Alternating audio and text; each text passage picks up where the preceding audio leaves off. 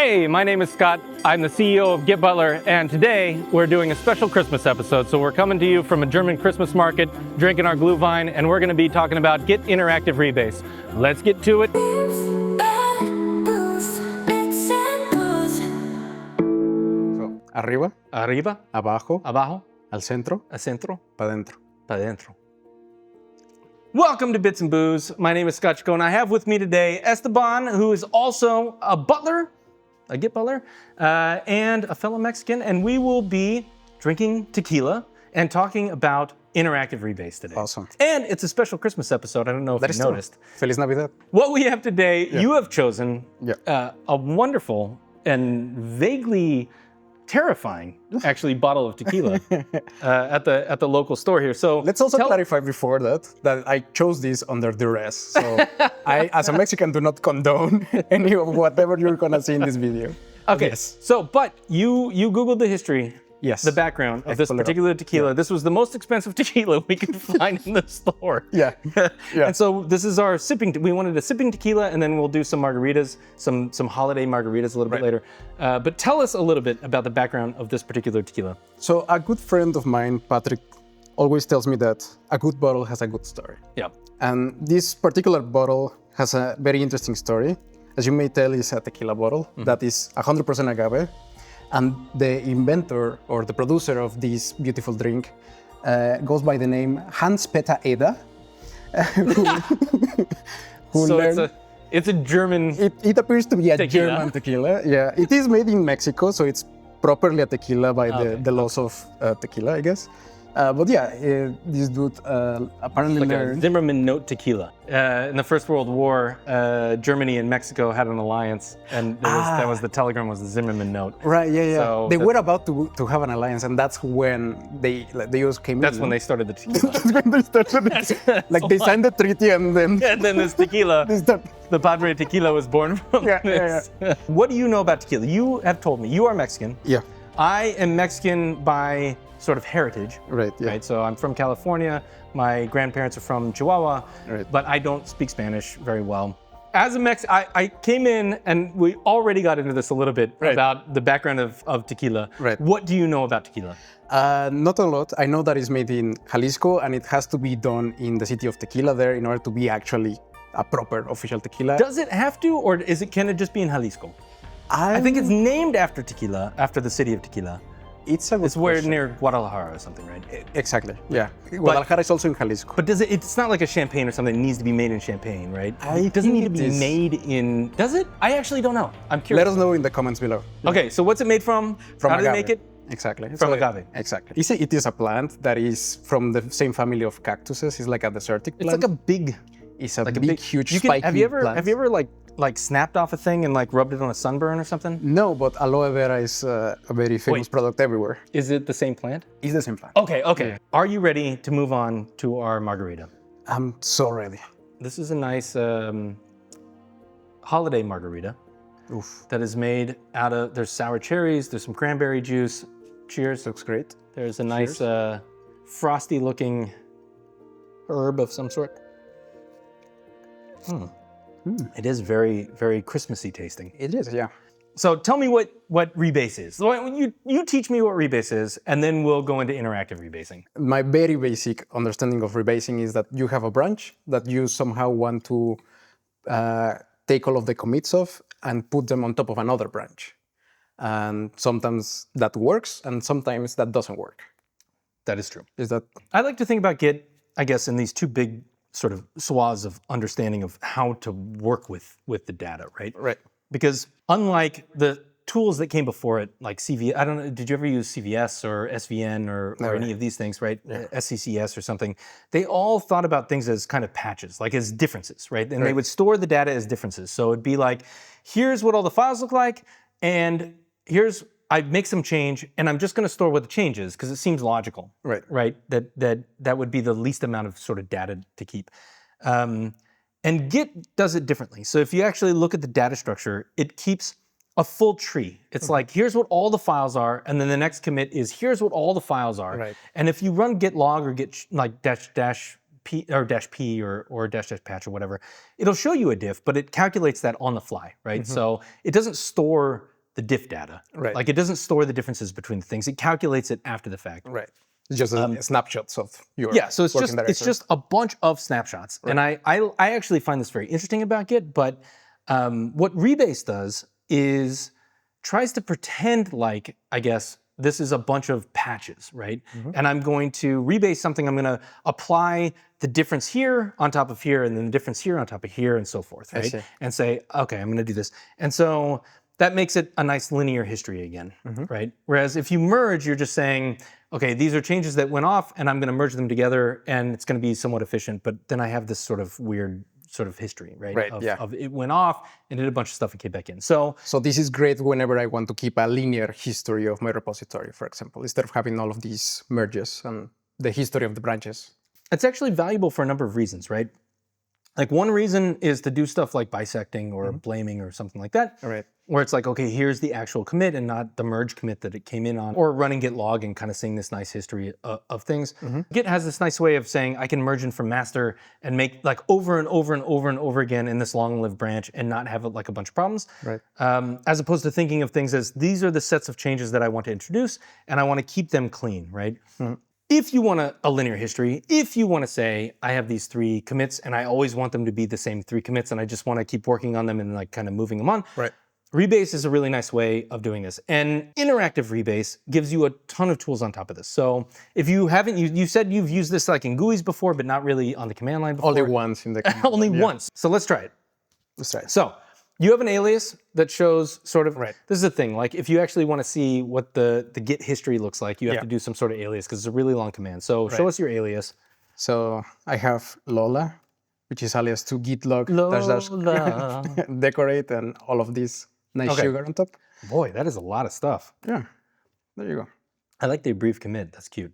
Okay, so now you have this history. You're working on your development branch. You've done a couple commits.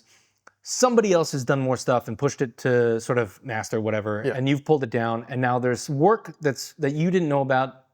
Like this is the kind of cool thing about distributed version control systems, right? Is that you can work without knowing what everybody else is doing. Exactly. So in this case, you have 3 commits. They have 2 commits, and now there's 2 options that you have. You can merge them together, right? Which is very common. Or you can say, let's pretend that this was one sort of linear history, and we can take your patches and like apply them one by one on top of main, and then have it a nice linear history of main, and then your 3 patches on top of that. Right. So let's go ahead and do that. Actually, I think all of this stuff will apply the way that you've written them. It'll apply cleanly, right? So let's do it normally without interactive and see what happens, right? So do you know how to? I assume you know how to run that. Let's see. I think I need to go to the actual. What are you doing already out of the gate? CHK. That's another alias. It's checkout. It's checkout. Okay. It's git checkout. Or git switch. You're not a cool kid using switch these I don't days? use switch. No. Okay. I only use switch to create branches because of the FOSDEM talk. Like that is the only thing that I've moved. So I think We'll put a link here. yeah, exactly. Awesome talk, by the way. And then can I say git rebase main? Yeah. Boom. Okay, so now Lola. All right, Perfect. So now, great. Instead of splitting, it went on. So now we'll do a fun thing. Let's rewind history. Okay. Do you know how to do this? No. You would with Git Butler. So run git reflog. Maybe we should do a reflog episode. Yeah, maybe. So now this is everywhere that the head reference has been. Right. So before you rebase, you can see that there's 3 picks, right? Which is applying these patches. Okay. So what you want to do probably is Before the rebase starts? Yeah, you want to do head at 5, let's say. Okay. So git reset hard head at 5. It'd be awesome if there was like a git undo or something that just kind of did this, right? Yeah, But or a client. Lola this again. I want to see what it looks like. All right, so we're back to where we started. So let's try it again. Yeah? Okay, so now do the same exact thing, but do a -i, the interactive rebase.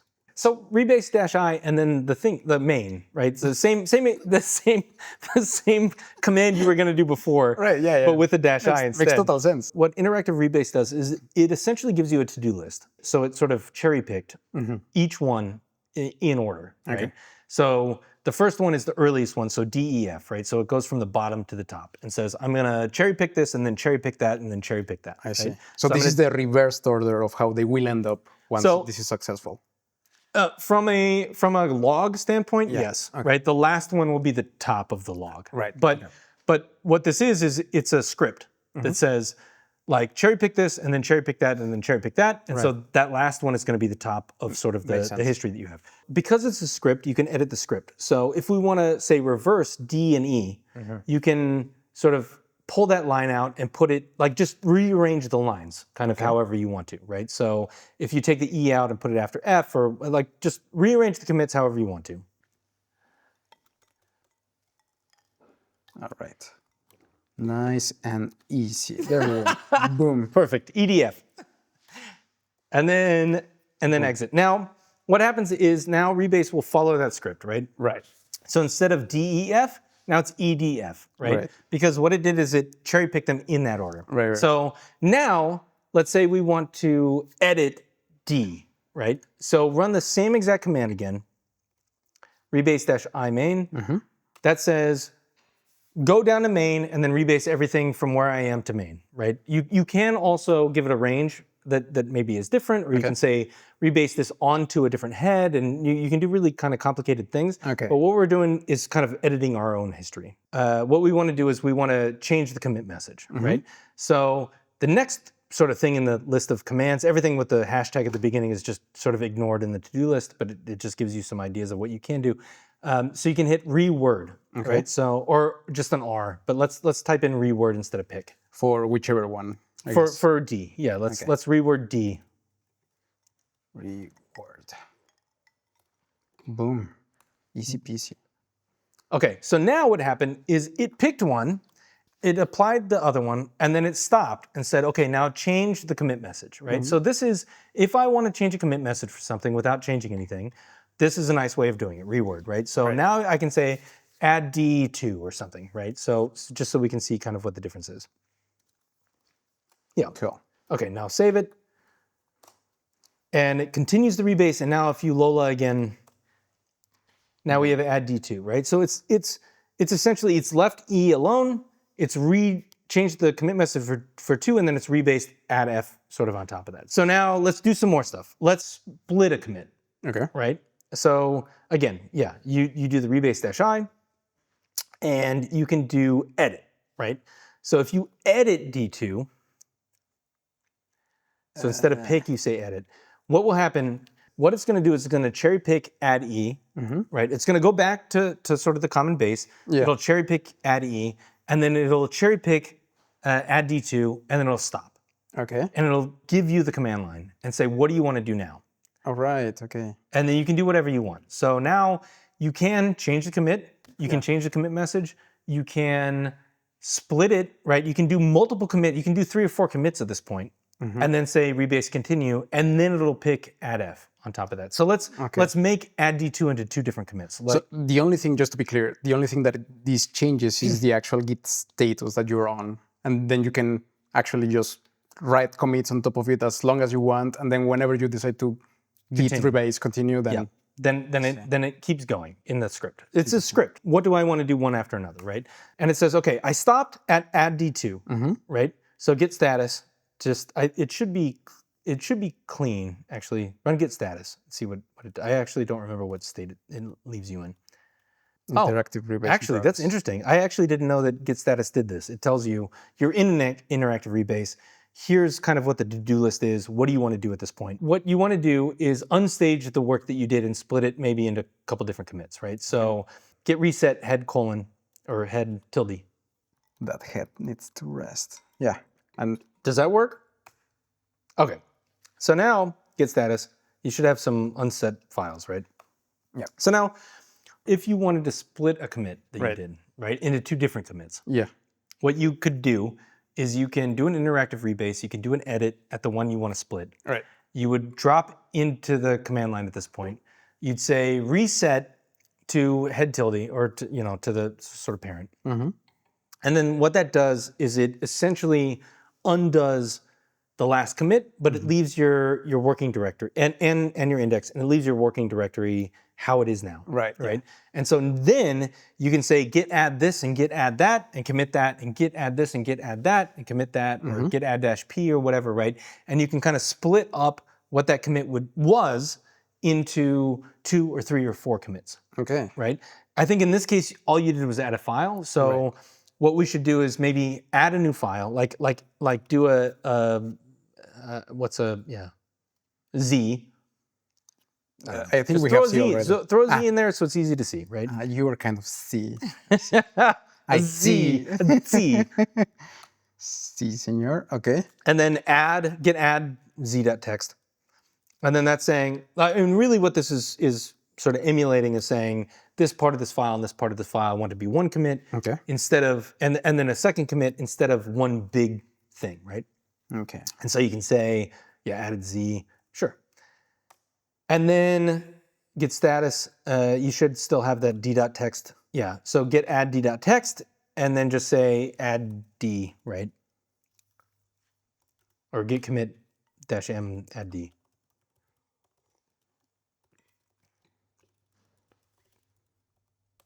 Git rebase -- continue will then continue the rebase, right? So the other things that were after this, we kind of stopped in the middle of the script, right? To split this up. Right. And so rebase that and then Lola it. All right, Boom. so now what we've done is we've taken the D and we split it into Z and D, right? Right. Let's undo what we just did. There's a squash commit. So again, this runs in order. So pick, what we can do is add D to Z and say squash. Yeah. And so at the end here, you can do this in either order. You can change the pick on the added the D line to a squash. And then what that's gonna do is cherry pick E, cherry pick Z, squash D into Z so that they're now one commit. Yeah. Yeah. And then pick F on top of that. So let's try that. Okay. So the squash always will be squashed in the upwards direction. It will. Like in the last one that you It will go picked. upwards. And in the squash scenario, it will ask you to write a new commit message for the two of them. You can do fix up, which we won't go into, but that just skips that section and just uses the first commit message. Okay. But in this case, we probably want to add them together. So do this, and we'll say added Z and D, right? Okay. So it'll do the first pick, it did the second pick, and then it says, okay, here's your two commit messages. So put them together. So now we want to do added Z and D or something, right? And I can delete the rest, I guess. And you can delete the rest, yeah. One character at a time. Okay, that's good. Everything with a hash mark at the front will be ignored. Okay, do that. All right, now get Lola. Get Lola. All right, so now you split them and you squash them back together, right? Yeah. All right, so now let's do another thing where we're testing in between these. Git rebase -i main. Again, we're gonna keep doing the same. We're gonna keep rewriting this history. Keep working on it, right? Okay. Okay, so the next thing we're gonna do is we're gonna test. So in between each of these cherry picks, we're gonna say, does this work? And if it doesn't, tell me, right? Okay. So we can do whatever we want. So there's this exec command. So not everything has to be a cherry pick, right? Or a thing that pulls a patch over. Right. You can do other stuff in between. But what we want to do is we want to throw in something that is new. That's not a cherry pick. That's not something that has to do with a commit that's added. So in between line 1 and line 2, if you know in Vim how to insert a line. Or you can do an X and then the command, or you can do an EXEC. Okay. And then you can type anything you want to run on the shell. Yeah. So what typically happens in the case of like the Git code, for example, is that you'll run exec like make test or something. So if it exit non-zero, then it will stop here and it'll say, what do you want to do? And you have to rebase continue. Or you can abort it right at that point because it's like, okay, that messed up the build. Or you can work on it and commit something and make sure it runs and then continue. So let's exec just like echo hello Scott or something, right? Like, or I don't know, whatever. Or what about if we cut the contents of the file? So cat e.txt. Oh, but it will not do it. I see. It's just run on the shell, like at that point. But again, it will only do that for the previous commit that we're picking. just at that point. Again, this is like a to-do list, right? So it'll pick the first one, and then it'll cat it, and then it'll pick the second one if that's zero, right? I see. Okay. And then here we can just do exec, just type in some bullshit so that it does like it won't run properly. Right. And we'll see what happens. Okay. So now let's exit this, and what would happen is it should cherry pick one, exec the second one. So you can see this, right? Executing cat.ext. Nice. This is E, that's the contents of the file. Executing the thing that doesn't exist. This is an error. Now we have a problem, right?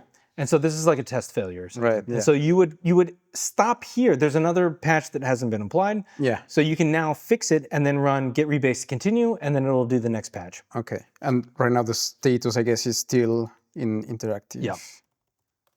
Rebase. Yeah. So you're two sort of commands in, right? All right. But there was a non-zero exit from an exec command, so it stops. Nice. So now you have 5 patches or whatever, and you want to make sure that CI passes on each patch. Right. So you rebase it onto origin main or whatever, and then in between each run, you run make test or something to make sure that every single step of that passes, so that every patch passes CI.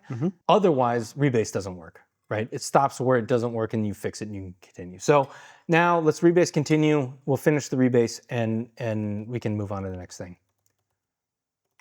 Boom.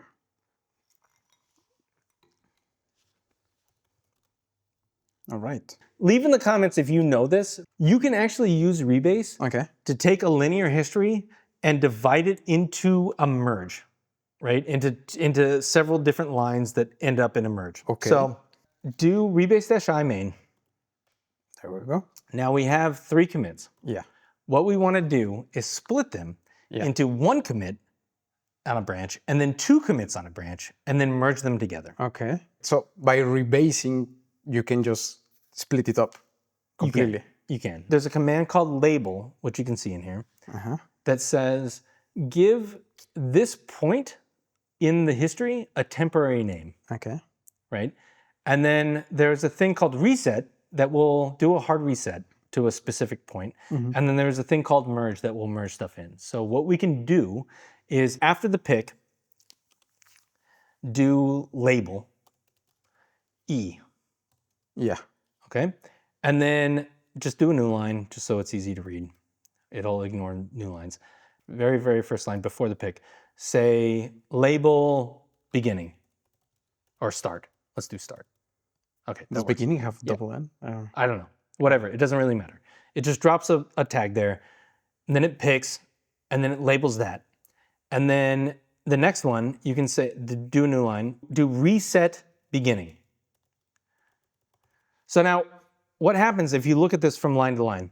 It labels the beginning of this process, right? It gives you a tag, sort of, at that point. Yeah. And then it cherry picks something. Yeah. And then it gives you a tag, label E. So now that's E, right? Is a branch with that one thing cherry picked onto it. And now you reset beginning. So it does a hard reset to where that is.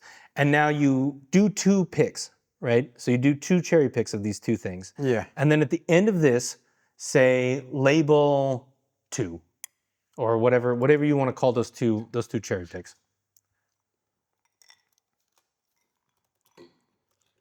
Evil Dos. New line, and then do merge E, merge dos. Merge E, merge dos. Actually, sorry. Reset beginning. And then merge E, merge dos. 2 different lines. All right, let's try it.